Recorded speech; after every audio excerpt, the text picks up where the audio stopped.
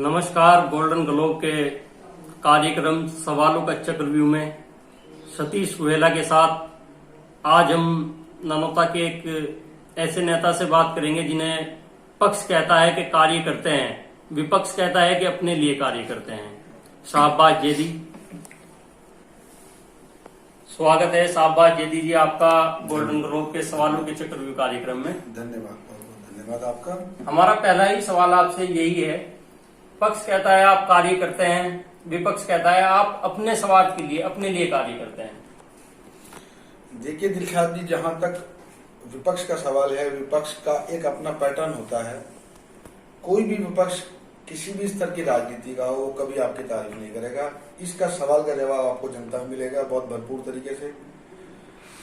मौजूदा समय में जो हमारी चेयरमैन है नगर पंचायत की, नसीम फातिमा, उनके पति और उनके सभी घर वाले और सभी उनके मित्रजन और सभी टीम के लोग, जिनमें एक छोटा सा नाम हमारा भी है, हम सब लोग मिलके इस कस्बे के लिए निस्वार्थ, अब चेयरमैन बनने के बाद नहीं, इससे बहुत पहले से लगातार बहुत अच्छे स्तर पर लोगों की मदद करना, लोगों के कार्य कराना, कार्य करते चले आ रहे हैं।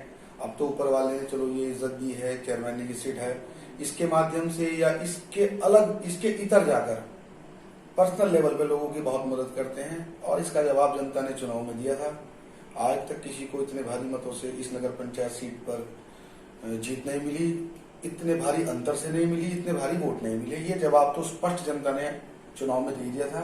और आने वाले समय में जिस प्रकार आज एक मुहिम चलाकर, लॉकडाउन के समय में भी आपने देखा होगा कि बहुत सारे लोगों ने चंदा के माध्यम से या कैसे भी माध्यम से, चलिए जो भी सेवा करता है अच्छी बात है, लेकिन बिल्कुल अपने निजी तौर पर हमारे चेयरपर्सन पति सरफराज अख्तर और उनके परिवार के लोगों ने जिस प्रकार लॉकडाउन में एक समाज सेवा की दिशा में एक महत्वपूर्ण अग्रणी भूमिका निभाई और लगभग 1700 से 1800 परिवारों तक उन्होंने राशन और जरूरी सामान पहुंचाने का काम किया, जो एक लिस्टबद्ध आपको पुलिस की ढाई साल पहले समाज सेवा के बल पर, 2.5 साल पहले समाज सेवा के नाम पर सरफराज अख्तर और उनका परिवार राजनीति में सक्रिय हुए, चेयरमैन बन गए। उससे पहले एक बड़े लेवल पर उनकी समाज सेवा नगर के लोगों ने कार्य करते हुए देखा है। अभी 2.5 साल तक सभी कार्य चेयरमैन द्वारा बंद कर दिए गए। आपका हॉस्पिटल का जो कार्य चलता था, मेडिकल उनका बंद कर दिया गया। ऐसा नहीं है। देखिए ये सब जनता जानती है, ये सब जनता जानती है, ये जानती है। ये भ्रांति है जो विपक्ष द्वारा फैलाई गई है। देखिए जब पिछली बार ये लोग चेयरमैन नहीं थे, अभी पहले हमारा पूरा सवाल सुनिए जी। समाज सेवा चेयरमैन के चुनाव से पहले बड़े लेवल पर की जा रही थी। इस वक्त समाज सेवा 2.5 साल तक समाज सेवा के नाम पर क्या कार्य हुए हैं, सबसे पहले तो आप ये बताइए। इसके बाद 2.5 साल बाद चेयरमैन पति लॉकडाउन के दौरान आए और लोगों की मदद की। इससे पहले 2.5 साल तक चेयरमैन पति कहाँ रहे? विपक्ष का सवाल है। चेयरमैन पति 2.5 साल चेयरमैन पति ने क्या किया? देखिए हम और हमारे चेयरमैन पति या चेयरमैन पर्सन, चेयरपर्सन जो है हमारी, वो विपक्ष के प्रति जवाब देना होगा, जनता के प्रति जवाब दें। जनता बखूबी जानती है किस प्रकार से वो लोगों से मिलते हैं। देखिए किसी भी चीज का 2 पैटर्न होते हैं। एक तो होता है किसी चीज को कम करना और ज्यादा दिखाना। ये चीज हमारे यहाँ शुरू से ही नहीं है। हम चाहते हैं कि जो भी जिस स्तर पे कार्य हो, मदद हो, गोपनीय हो। जब आप मदद कर रहे थे तब आप किसी को प्रचार करना आप नहीं गए, लोगों में प्रचार खुद हो जाता था। जब आपने 2.5 साल तक काम नहीं किया, वो जनता भी जानती है, विपक्ष भी जानता है। किस प्रकार का कार्य आपका आरोप है? किस समाज सेवा के बल पर आप चेयरमैन बने हैं सर। समाज सेवा की कोई सरफराज अख्तर समाज सेवा के बल पर चेयरमैन बने हैं। समाज सेवा, ये समाज सेवा, समाज सेवा की कोई डायरी नहीं बनाता है। जो मैं आपको उसके आंकड़े प्रस्तुत करूं, क्या डायरी समाज सेवा की नहीं बनती है? समाज सेवा की डायरी नहीं थी तो हॉस्पिटल आपका दिखता था, हॉस्पिटल आपका दिखता था, मेडिकल आपका दिखता था, गेहूं बांटना आपका दिखता था, विधवाओं की मदद करना दिखता था। आज भी 4 डॉक्टर हमारे हैं जो हमारे से संपर्क में आने वाले व्यक्ति का इलाज करते हैं, उसको हमारी तरफ से दवा देते हैं और जरूरत पड़ती है तो ये कितने प्रतिशत लोगों रेफर करते हैं, कितने प्रतिशत लोगों को रेफर करते हैं। देखिए कितने प्रतिशत लोगों को। और रही बात, पहले हमारे यहाँ से लोगों को अनाज वितरित किया जाता था। ये उस समय की बात है जब चेयरमैन की सीट पे कोई और व्यक्ति थे। हम उस समय राशन कार्ड बनवाने में सक्षम नहीं थे, राजनीतिक द्वेष की भावना थी। उसके बाद से उन लोगों की नहीं, राजनीतिक द्वेष की भावना कैसे? समाजवादी पार्टी की सरकार थी, आप सत्ता में थे, और नगर पंचायत से राशन कार्ड का कोई संबंध नहीं होता है, एक फॉर्म पे साइन होते हैं। अब ऑनलाइन प्रक्रिया है सर, राजनीति का मुद्दा, आप राशन कार्ड को नहीं बनाएंगे। आप वो फॉर्म पे साइन कौन करता है? चेयरमैन करते हैं। नहीं, उसमें आपको भ्रांति है। राशन कार्ड बनाए गए, ये कहीं नहीं कह जाएगा राशन कार्ड नहीं बनाए गए। सर राशन कार्ड बनाने के लिए ऑनलाइन भी प्रक्रिया है। पात्र लोगों के राशन कार्ड नहीं बनाए गए, मात्र अपने लोगों के बनाए गए। पात्र जो गरीब व्यक्ति थे, 62% का कोटा, आपकी जानकारी के लिए बता दूं, किसी भी नगर की जनसंख्या के अनुसार 62% लोगों का राशन कार्ड में नाम हो सकता है। उसको कोटे को भर दिया गया। गरीब और पात्र व्यक्ति को कितने पात्र लोगों को आपने बाहर कराया? जब चेयरमैन बाद में बनी है, कितने लोगों को सरफराज अख्तर द्वारा अपात्र घोषित करके उन्हें लिस्ट से बाहर कराया गया? दो योजना अब तक आई है इसकी, जिसमें अपात्र का राशन कार्ड काटने के लिए कहा गया था। एक योजना के फॉर्म अभी गए हुए हैं, जिसमें अपात्र के लिए स्टाफ SMI सारण रामपुर मनियाराम से प्राप्त कर सकते हैं। जाके नगर पंचायत ने जांच करके पात्र लोगों को उसमें रखा है। अपात्रों के लिए संस्तुति की है राशन कार्ड काटने की, वो जाके आप SMI के दफ्तर से प्राप्त कर सकते हैं। फिलहाल भी वहीं गई हुई है। जिन लोगों को हम राशन देते थे, उनके लिए हमने राशन कार्ड की व्यवस्था कराई। देखिए, किसी को अनाज देना कोई परमानेंट सॉल्यूशन नहीं है। किसी भी चीज का परमानेंट सॉल्यूशन होता है उसके लिए काम करना, उसको राशन कार्ड बना के देना। उसके बाद लगातार जितनी भी शादियां, जितना भी जो लोग हमसे पर्सनली आगे मिलते हैं, देखिए, शो ऑफ करना या आप मीडिया की हाइप बनाना। अब आप तो पहले मीडिया की हाइप बनाते थे, आप चेयरमैन के चुनाव से पहले बनाते थे सर, बनाते थे आप सवाल करते हैं, मैं एक सवाल आपसे करता हूँ। लॉकडाउन के दौरान एक भी फोटो आप नहीं दिखा सकते जिसमें सरफराज अख्तर या उसके, लेकिन लोगों को पता है परिवार के द्वारा किसी गरीब व्यक्ति का फोटो खिंचवाकर चेयरमैन पति द्वारा नगर की बहुत सेवा की गई। ये नगर की जनता बखूबी जानती है, की जा रही है, आगे भी की जाती रहेगी। पूर्ण ये जानती है जनता जानती है, चेयरमैन पति द्वारा सेवा की जा रही है।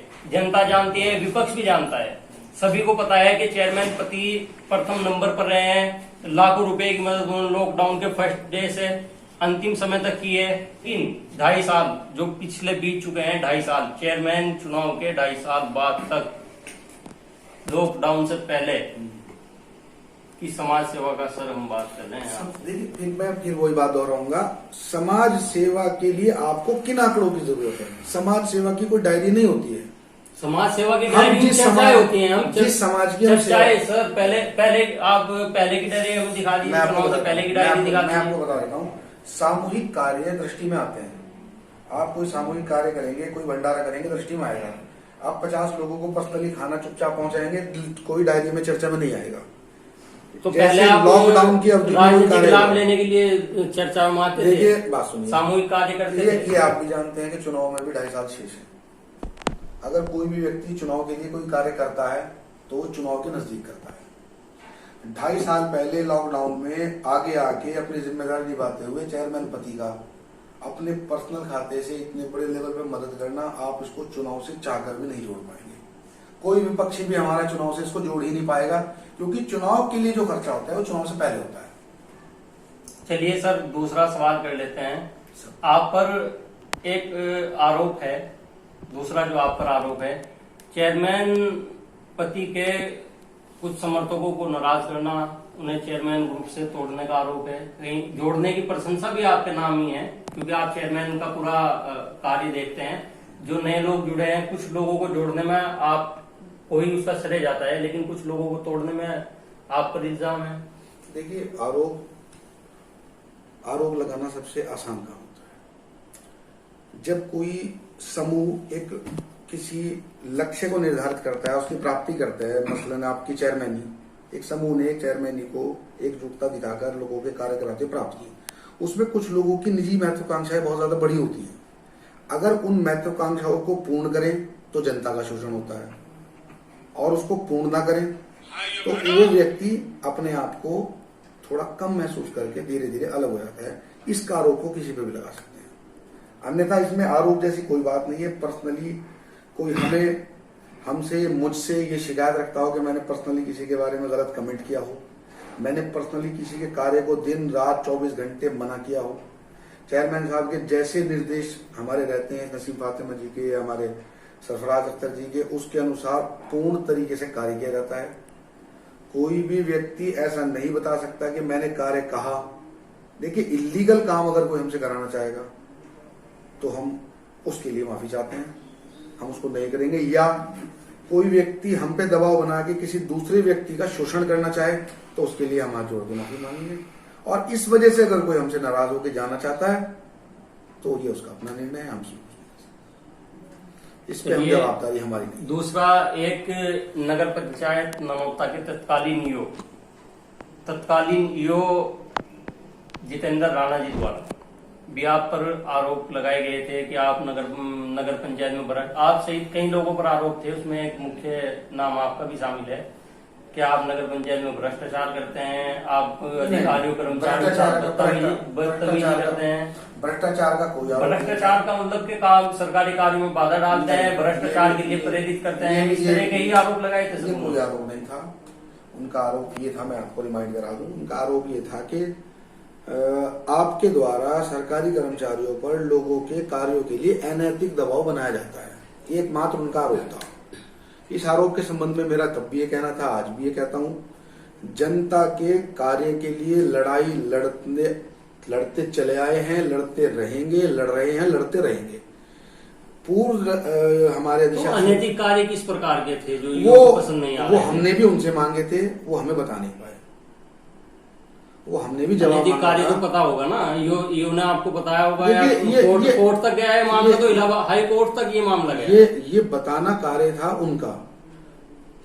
हमारा कहना ये था कि जो कार्य जनता के हैं, दरअसल हुआ क्या था दिलशाद जी के ये एक राजनीतिक षड्यंत्र के शिकार हो चुके थे। हमारे जो अधिशासी अधिकारी थे पूर्व, बहुत अच्छे आदमी थे, हम उनका सम्मान करते हैं, आज भी करते हैं, हमारे अधिकारी थे।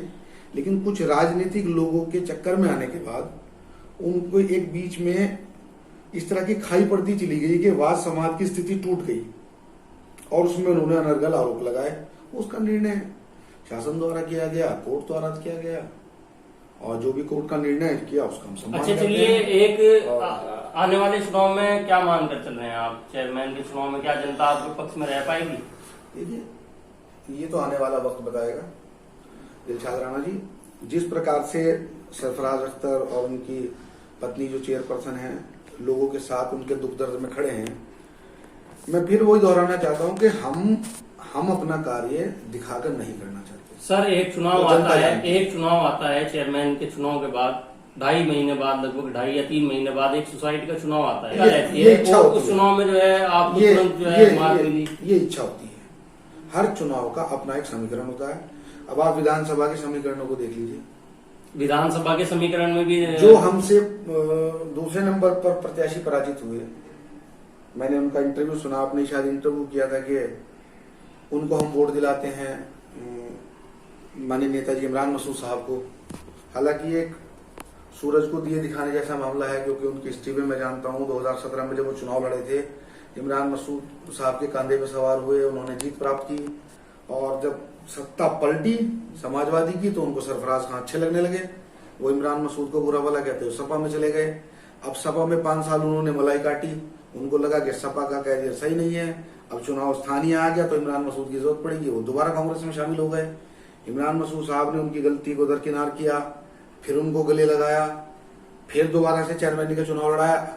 शायद वो इमरान मसूद साहब को विधानसभा के चुनाव में 4300 वोट दिलाते हैं, उनका दावा है। वो स्वयं 3700 पर क्यों रह जाते हैं? जबकि ये छोटा सा राजनीतिक व्यक्ति भी जानता है कि विधानसभा की सूची नहीं, और नगर पंचायत की सूची, नगर पंचायत चेयरमैन जब बने थे, जब 2500 वोट उनके पास थे, इस बार 3700 वोट उन्होंने लिए हैं, तो वोट प्रतिशत उनका बढ़ा है। इसका कारण है कि उस समय पे त्रिकोणीय संघर्ष था। त्रिकोणीय संघर्ष में उनका मुकाबला पूर्व चेयरमैन शाहजमा खान साहब से था। थर्ड पार्टी एक 1300-1400 वोट तक पहुंची थी। बिटवीन द मुस्लिम्स कैंडिडेट 3 प्रत्याशी धमाकेदार तरीके से लड़े थे। इस बार 2 ही प्रत्याशियों में चुनाव था। जो 2400 वोट शाहजमा खान साहब ले गए थे उसका बंटवारा हो गया, उसमें से कुछ वोट उधर चला गया और अधिकतर वोट हमारे पास आया था, जो हमारे साथ अटैच हो गया था। और देखिए, जब आदमी सीट पे रहता है तो कहीं ना कहीं उसको बेनिफिट मिलता है इस चीज का। आने वाले समय में हो सकता है कि जो उनसे पूर्व प्रत्याशियों की हालत रही वो उनकी हो जाए, हो सकता है किसी और की हो जाए, ये तो देखो भैया, जो जनता के बीच में रह के कार्य करेगा, जनता के दुख सुख में खड़ा होगा, हमारा आज भी ये मानना है। हम अपना काम लेके, अपनी सेवा लेके जनता के बीच में जाएंगे, जनता जो भी देगी उसे सिर माथे रखेंगे और फिर खड़े होकर जनता की सेवा करेंगे। हमारा यही उद्देश्य है। चर्चाओं में रहता है, हमने भी सुना है कि इस बार आप सभासद चुनाव की तैयारी भी कर रहे हैं।